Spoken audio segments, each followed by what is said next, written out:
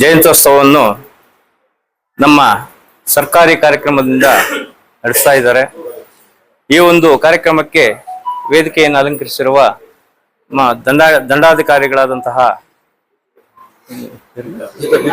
Geetha madam ಅವರೇ, ಅಧ್ಯಕ್ಷರಾದ ಶಿವಣ್ಣ ಅವರೇ, ಹಾಗೂ ಈ ವೇದಿಕೆಯಲ್ಲಿರುವ ಎಲ್ಲ ಗಣ್ಯರೇ ಹಾಗೂ ಮುಂಭಾಗದಲ್ಲಿರುವ ಎಲ್ಲ ಕುಲಬಾಂಧವರು, ಎಲ್ಲ ವರ್ಗದ ಜನರೇ, ಈ ದಿವಸ ಈ ಕಾರ್ಯಕ್ರಮವನ್ನು ಬಹಳ ಸರಳವಾಗಿ ಆಚರಣೆ ಮಾಡ್ತಾ ಇದ್ದೀವಿ.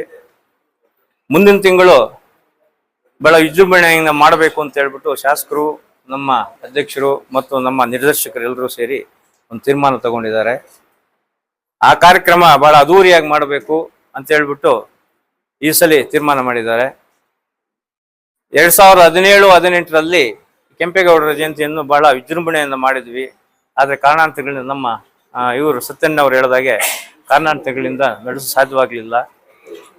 ನಂತರ ನಮ್ಮ ಶಾಸಕರು ಬಂದ ಮೇಲೆ ಶಾಸಕರು ಮತ್ತು ತಹಸೀಲ್ದಾರ್ ಅವರು, ಅಧ್ಯಕ್ಷರು ಮತ್ತು ನಮ್ಮ ನಿರ್ದೇಶಕರು ಎಲ್ಲ ಕೂತು ಯಾವ ದಿವಸ ಮಾಡಬೇಕು, ಹೇಗೆ ಮಾಡಬೇಕು ಅನ್ನೋದ್ರ ಬಗ್ಗೆ ಡಿಸ್ಕಷನ್ ಮಾಡಿ ಮಾಡ್ತೀವಿ ಅಂತ ಹೇಳ್ತಾ ನಾನು ಒಂದೆರಡು ಮಾತನ್ನು ಮುಗಿಸ್ತಾ ಇದ್ದೀನಿ. ಜೈ ಹಿಂದ್, ಜೈ ಕೆಂಪೇಗೌಡ.